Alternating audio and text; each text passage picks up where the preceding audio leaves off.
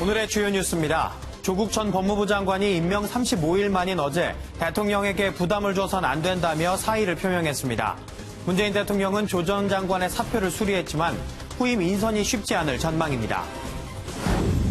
조 전 장관의 예상 밖 사퇴 소식에 윤석열 검찰총장은 침묵했고 검찰 내부는 당혹스러운 분위기인 것으로 알려졌습니다. 소환 조사 중 남편의 사퇴 소식이 알려지자 정경심 교수는 조사 중단을 요청하고 병원에 간 것으로 전해졌습니다. 민주당은 조 전 장관이 야권의 무리한 정치 공세에 사퇴했다고 안타까워하며 검찰개혁에 속도를 낼 때라고 말했습니다. 반면 한국당과 바른미래당은 각각 사필 규정, 만시지탄이라며 문 대통령의 사과와 성찰을 요구했습니다. 어제 자택에서 숨진 채 발견된 방송인 설리가 직접 작성한 메모가 발견됐다고 경찰이 밝혔습니다. 설리 소속사는 비통하다는 입장문과 함께 모든 장례 절차는 비공개로 진행된다고 전했습니다. 축구대표팀이 오늘 오후 평양에서 북한과 월드컵 2차 예선전을 치릅니다. 1990년 남북통일 축구 이후 29년 만에 평양에서 열리는 남북 남자축구대표팀 간 경기인데 북측의 반대로 취재진 방북은 물론 TV 생중계도 무산됐습니다. 전국이 대체로 맑은 가운데 아침 기온이 한 자릿대로 떨어지면서 어제보다 더 쌀쌀합니다. 강원 영동과 일부 동해안 지역은 종일 흐리면서 일부 눈이 오는 곳도 있을 것으로 보입니다. 여러분 안녕하십니까? 굿모닝 MBN입니다. 검찰개혁의 불쏘시개 역할은 여기까지다. 조국 전 법무부 장관이 전격 사퇴하면서 남긴 말입니다. 조 전 장관은 대통령과 정부에 더 이상 부담을 줄 수 없다는 말도 남겼는데 갑작스럽게 물러난 조 전 장관의 후임 인선이 쉽지 않을 전망입니다. 손하늘 기자입니다. 조국 전 법무부 장관이 사퇴를 발표한 건 어제 오후 2시였습니다. 불과 3시간 전 특수부를 반부패 수사부로 개편하는 검찰개혁 방안을 발표했는데 이게 법무부 장관으로서의 마지막 업무였습니다. 오후 늦게 문재인 대통령이 사표를 수리하면서 조 전 장관의 임기는 자정부로 종료됐습니다. 장관 지명 66일, 취임 35일 만이었습니다. 조 전 장관은 A4 용지 4장 분량의 입장문도 냈습니다.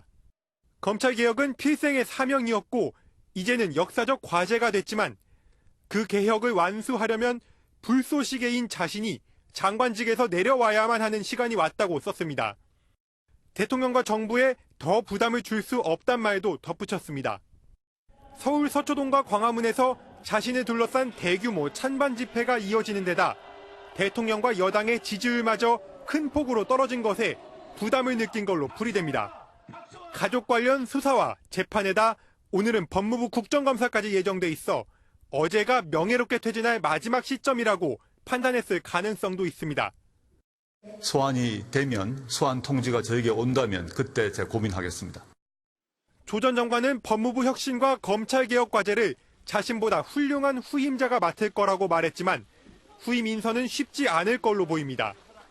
조 전 장관 논란 이후 인사청문 기준이 높아져 인사 검증부터 청문회 과정까지 생각하면 당분간 장관 공백이 불가피할 전망입니다. MBN 뉴스 손하늘입니다. 조국 전 법무부 장관은 사퇴를 발표한 지 약 1시간여 만에 법무부 청사를 나와 곧장 자택으로 향했습니다. 조 전 장관은 이제 한 명의 시민으로 돌아간다며 후임자에게 검찰개혁의 과제를 맡겼습니다. 이어서 안보람 기자입니다. 법무부 직원들의 박수와 함께 조국 전 법무부 장관이 청사 밖으로 모습을 드러냈습니다. 갑작스럽게 사퇴를 발표한 지 약 1시간 반 만입니다. 조 전 장관은 후임자를 언급하며 이제 남은 과제들을 맡긴다고 밝혔습니다. 법무부 혁신과 검찰개혁의 과제는 저보다 훌륭한 후임자가 맡으실 겁니다. 더 중요하게는 국민들이 마지막 마무리를 해주실 거라고 믿습니다. 사퇴 발표 후 조 전 장관은 주변을 정리한 것으로 전해졌습니다. 따로 퇴임식 행사를 열지 않고 일부 간부들과 인사를 하며 퇴임식을 대신한 것으로 알려졌습니다. 청사를 나선 조 전 장관은 곧바로 자택으로 향했습니다. 자택 앞에서 내린 조 전 장관은 수행원들에게 일일이 악수를 청하며 감사를 표했습니다. 하지만 취재진의 질문엔 입을 굳게 다물었습니다. 장관님, 후임자도 대통령께 혹시 추천하셨습니까? 35일간의 짧은 임기를 마친 조 전 장관은 이제 한 사람의 시민으로 돌아갔습니다. MBN 뉴스 안보라입니다. 2달 넘게 전국의 한가운데 섰던 조국 전 법무부 장관이 직에서 물러나면서 앞으로 행보에도 관심이 쏠리고 있습니다. 조 전 장관은 자연인으로 돌아간다고 선언했지만 당장 내년 총선을 앞두고 어떤 정치적 역할을 할 수 있을지 주목됩니다. 박유영 기자입니다. 조국 전 법무부 장관은 사퇴를 발표하며 이제 자연인으로서 가족 곁에 있겠다고 밝혔습니다. 국민 여러분께 죄송하고 송구하고 감사하고 고맙습니다. 저는 이제 한 명의 시민으로 돌아갑니다. 조 전 장관은 당분간 가족 수사를 대응하는 데 집중할 것으로 보입니다. 검찰이 이번 주 중 부인 정경심 교수에 대한 구속영장 청구 여부를 결정하고 다음 달 초에는 수사를 마무리할 것으로 예상되기 때문입니다. 조 전 장관이 조만간 서울대 법학전문대학원 교수로 복직할 거란 예상도 나옵니다. 조 전 장관은 민정수석 사직서가 수리된 바로 다음 날인 지난 8월 1일 서울대로 돌아갔다가 법무부 장관에 취임한 지난달 9일부터 휴직 중입니다. 정치권에선 무엇보다 조 전 장관이 내년 총선 때 어떤 역할을 할지에 주목하고 있습니다. 여러 의혹과 검찰 수사에도 불구하고 여권 지지자들을 강하게 결집시키면서 대선 주자 여론조사에서 이낙연 총리와 황교안 대표에 이어 3위에 오를 정도로 위상이 확 커졌기 때문입니다.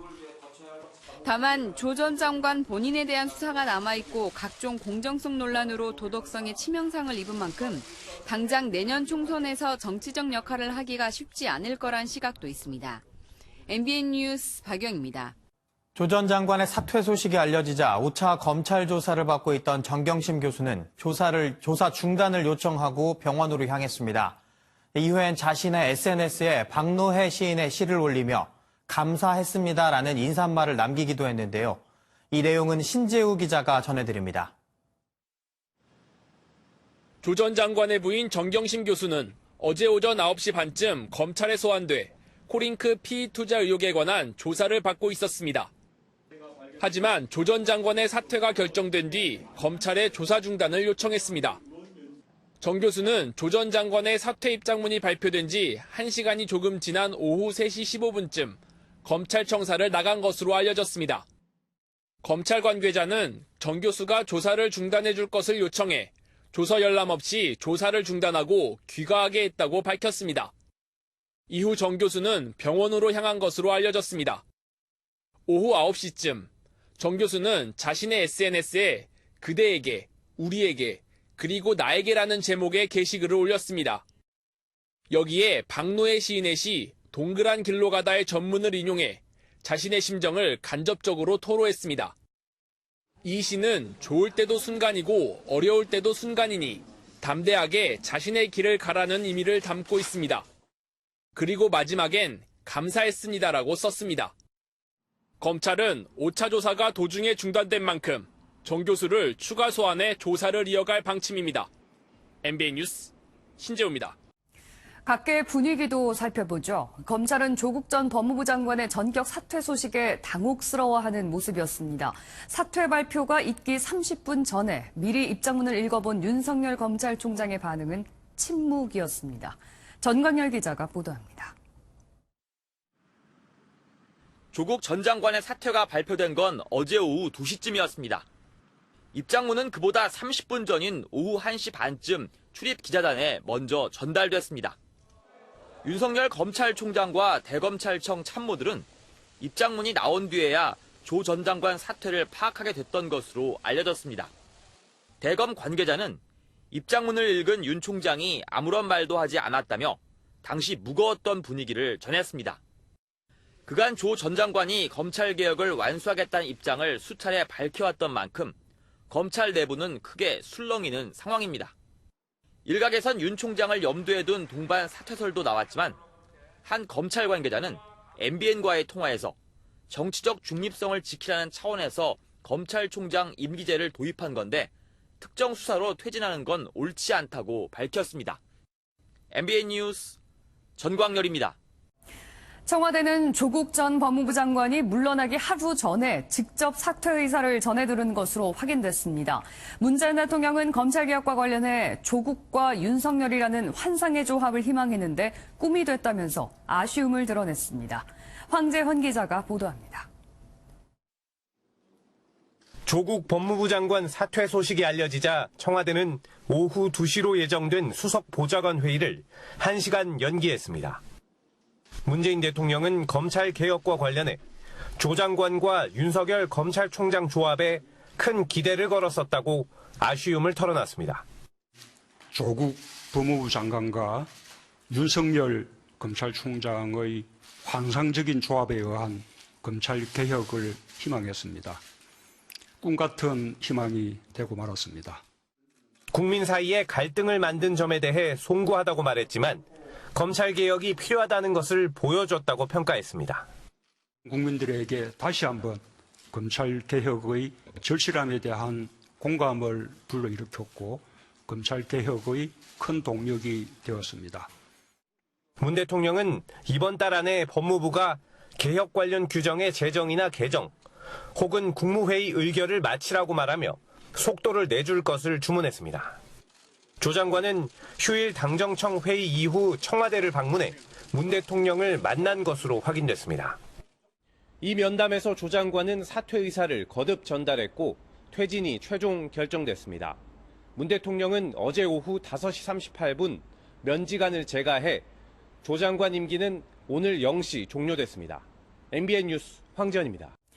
여야의 반응은 극명하게 엇갈렸습니다. 여당은 안타깝다면서도 무리한 정치 공세로 사퇴했다고 한 반면 야당은 사필 규정이라며 문재인 대통령의 사과를 요구했습니다.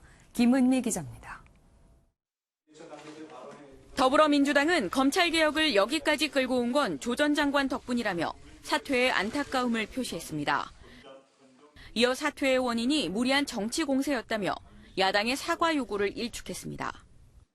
무리한 정치 공세에 의한 조국 장관의 사퇴를 보고 있기 때문에 본인들이 해야 될 개혁 과제에 대해서 검찰 개혁이 함께 해줄 것을. 정의당 역시 조 전 장관이 여태까지 검찰 개혁을 추진해온 걸 높게 평가한다며 검찰과 국회가 검찰 개혁에 적극 나설 것을 촉구했습니다. 반면 자유한국당은 사필 규정이라며 조 전 장관을 임명했던 문재인 대통령과 여당의 사과를 요구했습니다. 조국 전 민정수석의 사퇴만으로 모든 것이 해결되는 것은 아니다. 그 첫 번째는 문재인 대통령의 사과라는 말씀을 다시 한번 드립니다. 바른미래당은 조 전 장관의 사퇴에 대해 문 대통령의 성찰이 필요하다고 강조했습니다.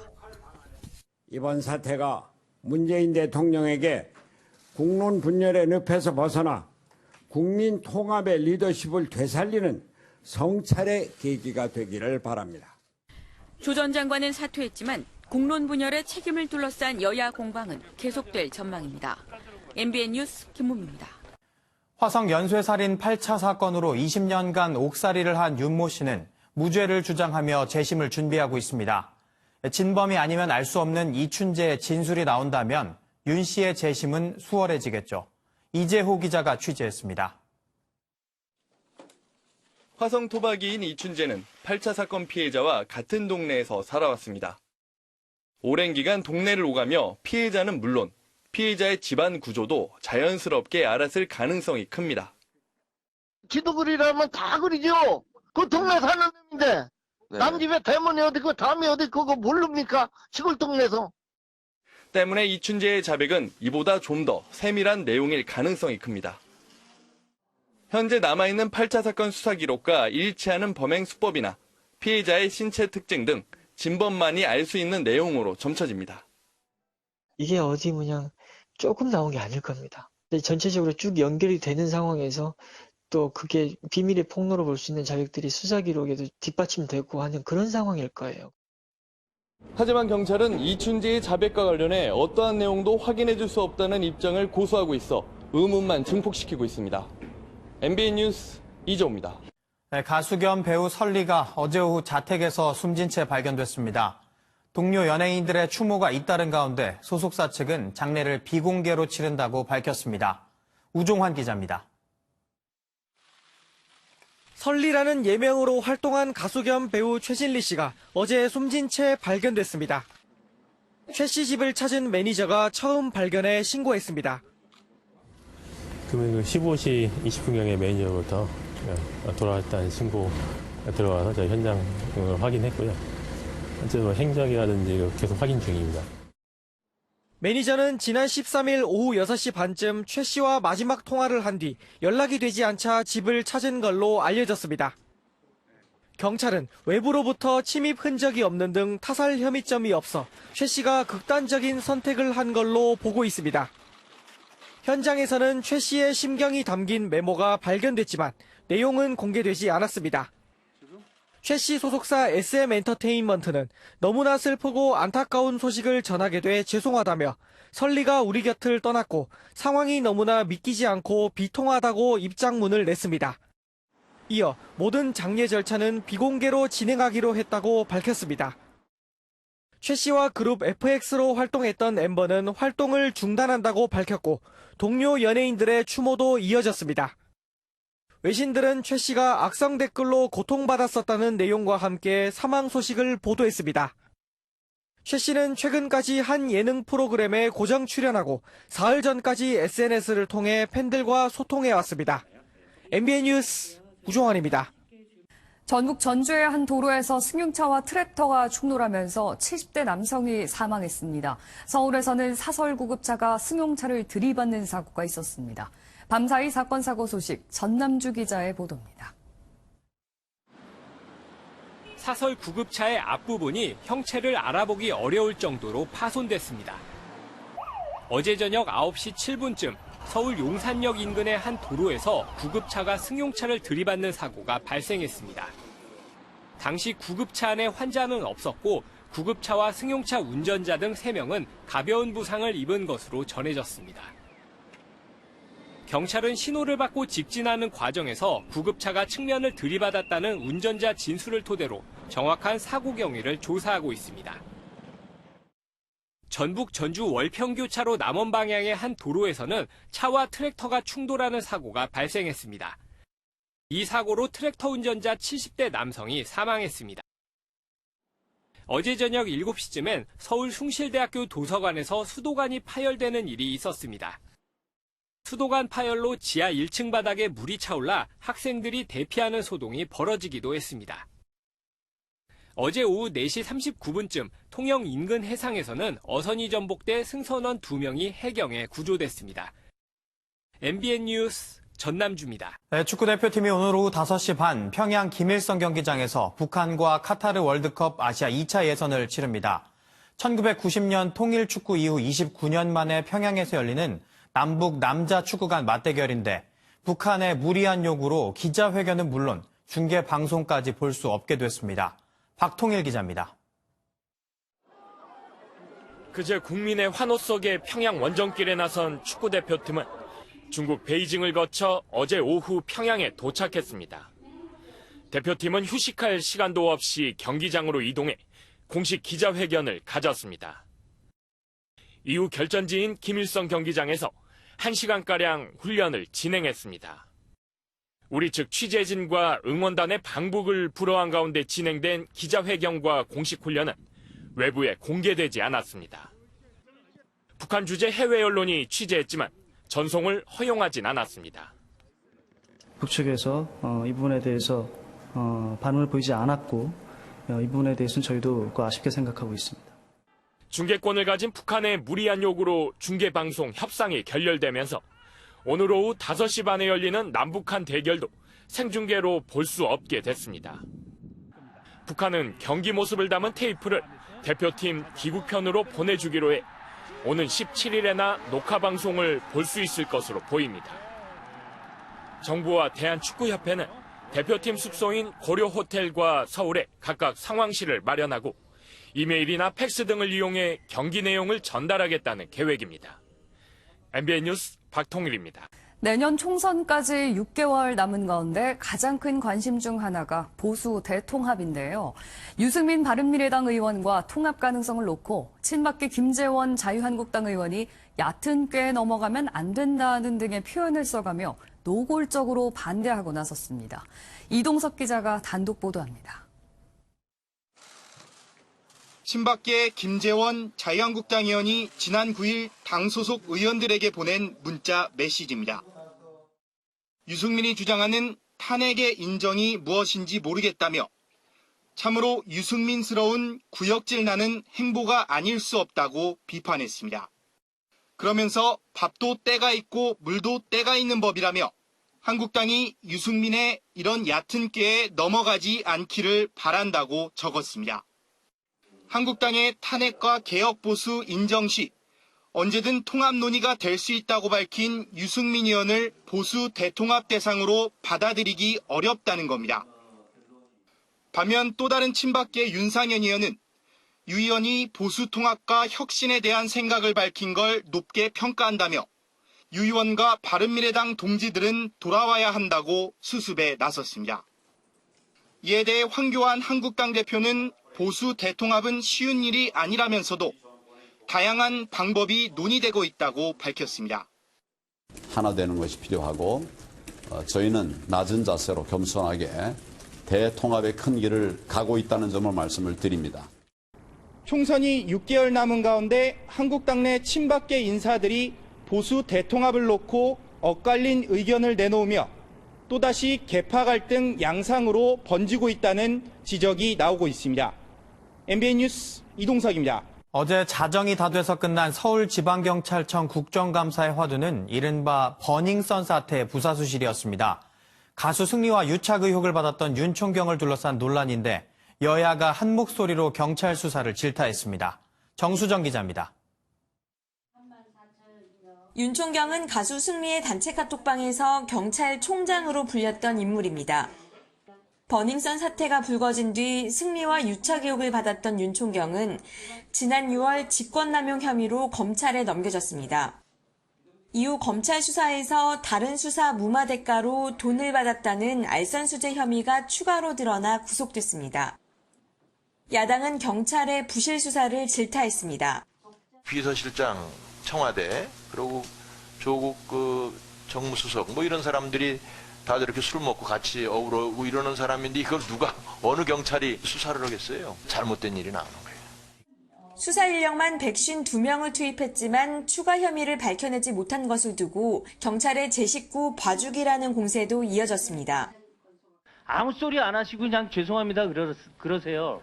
이 망신당하고 있지 않습니까? 경찰 단계에서 그런 알선 수재 혐의 이런 것들을 밝혔으면 좋았을 텐데 그렇지 못한 점을 매우 아쉽게 생각합니다. 또 경찰의 적극적인 수사를 주문하는 과정에서 검경 수사권 조정의 필요성도 도마 위에 올랐습니다. MBN 뉴스 정수정입니다. 네, 서울시 국정감사에서는 TBS 방송의 편향성 논란이 불거졌습니다. 감사원의 서울교통공사 친인척 채용 비리 의혹 감사 결과도 쟁점이 됐습니다. 김현 기자의 보도입니다. 서울시 산하 TBS 교통방송 프로그램의 정치적 편향성을 놓고 여야 의원들 사이 공방이 벌어졌습니다. 너무 편향돼 있다. 이런 얘기는 여러 군데서 지적이 많이 됐습니다. 굉장히 지극히 편파적이고 일반 국민들이 대중들이 이렇게 상식적으로 봤을 때 이해되지 않는 그런 발언이 너무 많았습니다. 국민들의 알 권리를 충족시키기 때문에 그렇게 사랑을 받는 것이고요. 많은 시민들과 국민들로부터 우리 서울시가 항의를 받을 것 같아요. 박원순 서울시장은 방송에는 간섭한 적이 없다며 편향성 논란에 선을 그었습니다. 간섭하지는 않는다. 왜냐하면 이게 방송이라는 게 사실 제가 간섭하기 시작하면 이게 오히려 정치적으로 문제가 되기 때문에. 서울교통공사 친인척 채용비리 의혹 등에 관련된 질의도 이어졌습니다. 박원순 서울시장은 감사원의 감사 결과에 대해 반대 의사를 밝혔습니다. 자세히 들어보시면 저희들의 주장이 오히려 더 일리가 있을 거라고 생각합니다. 이날 국정감사에서는 제로페이 실적, 가락시장 현대화 사업의 문제점에 대한 지적도 이어졌습니다. MBN 뉴스 김현입니다. 에너지 저장 시스템 ESS에 들어가는 배터리를 만드는 삼성 SDI와 LG화학 등 국내 대기업들이 ESS 화재에 대한 안전대책을 발표했습니다. ESS 화재 장기화로 여론의 문매를 막고 업계 실적이 악화하자 화재 원인 규명에 앞서 화재 재발 방지 대책부터 내놓은 겁니다. 윤지원 기자입니다. 시뻘건 불길이 태양광 발전소를 휘감았습니다. 지난달 발생한 ESS 화재입니다. 잇따르는 화재에 지난 6월 정부가 안전 강화 대책을 내놨지만 3달 만에 3건의 화재가 발생했습니다. 모두 LG화학과 삼성 SDI 배터리를 사용한 ESS에서 발생한 화재입니다.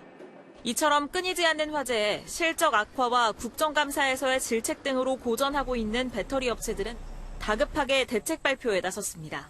먼저 삼성 SDI는 특정 온도에서 자동 분사되는 특수 소화약품과 배터리의 열이 다른 배터리로 옮겨가지 않도록 하는 열 확산 차단제를 ESS에 장착하겠다고 밝혔습니다.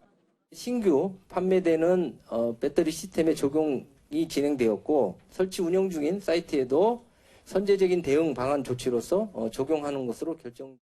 삼성 SDI보다 한 발 늦게 대책을 내놓은 LG화학 역시 화재 확산 방지 제품 출시를 준비 중이라며 현재 국제 인증 시험을 통과한 상태라고 밝혔습니다. 보안 정책으로 인해서 2020년이나 2021년도를 ES 시장을 확대하는 데 대응하기 위한 하나의 전략 방안으로 해석하고 있습니다. 하지만 확산 방지책만 나왔을 뿐 아직 화재 원인은 오리무중이어서 안전을 담보하기는 어려워 보입니다. MBN 뉴스 윤지원입니다. 여기 아주 특별한 프로젝트를 진행하는 남석이 있습니다. 10,000명의 친구를 사귀는 게 목표라는데요. 화면으로 만나보시죠. 이 남성의 이름은 롭. 미국 이곳저곳을 다니며 10,000명의 새로운 친구를 사귀는 특별한 프로젝트를 진행 중이죠. 이 남성은 새로 사귄 친구들과 1시간가량 얘기를 나누고 이를 SNS에 기록하는데요. 가장 나이가 많은 친구는 98살의 할머니였고 가장 어린 친구는 다운 증후군을 앓고 있는 5살 아이였습니다. 남성에게 사람들과 대화하는 시간은 한 사람의 인생을 듣고 서로를 격려하는 시간일 것 같은데요. 남성의 특별한 도전 꼭 성공하길 바랍니다. 경찰관이 화재로 모든 걸 잃은 아이에게 따뜻한 응원의 선물을 했습니다. 어떤 선물이었을까요? 캠핑카 한 대가 형체를 알아볼 수 없게 타버렸습니다. 이번 화재로 한 가정의 모든 게 불에 타 없어졌는데요. 특히나 6살 소녀는 할로윈 날에 입을 옷마저 타버려 실망이 컸다고 합니다. 이를 딱하게 본 경찰관, 아이에게 특별한 선물을 했는데요. 바로 배트맨 할로윈 의상! 가면에 벨트, 망토까지 근사한 선물입니다. 힘든 상황을 이겨낼 수 있게 해준 경찰관의 배려가 정말 감동적이네요. 지금까지 굿모닝 월드였습니다. 출근길 따뜻한 옷차림 하셔야겠습니다. 찬 공기가 계속해 밀려오면서 때이른 가을 추위가 찾아왔습니다. 지금 서울의 기온은 10.7도, 서산 6.8도, 전주는 8.3도로 어제보다 낮게 출발하고 있습니다. 그 밖에 자세한 현재 기온 살펴보시면 강릉은 10.7도, 광주는 9.8도로 시작을 하고 있는데요. 체감 온도는 이보다 더 떨어져 있습니다. 쌀쌀함을 넘어 춥게도 느껴질 수 있겠는데요. 어제보다 두꺼운 외투 챙기세요. 낮에는 서울 19도, 강릉 16도, 광주 21도, 대구 19도로 낮 기온 역시 어제보다 낮겠습니다. 지금 전국이 대체로 맑지만 동해안은 흐리고 비가 오는 곳이 있습니다. 동해안은 아침까지, 제주도는 오후에 가끔 비가 올 텐데요. 약은 5에서 10mm 정도가 되겠습니다. 그 밖의 지역은 맑겠습니다. 단 강원 산지에서는 낮은 구름대의 영향으로 안개가 끼는 곳이 있겠습니다. 동해안에서는 바람도 강하게 불겠습니다. 한편 대부분의 해상에서는 풍랑특보가 내려져 있습니다. 물결이 최대 4m까지 매우 높게 일겠습니다. 내일 아침은 날이 더 차가워집니다. 내륙 곳곳이 5도 아래로 내려가겠고요. 대관령은 영하 1도까지 떨어지겠습니다. 다행히 모레부터는 예년 가을 날씨를 회복하겠습니다. 날씨였습니다.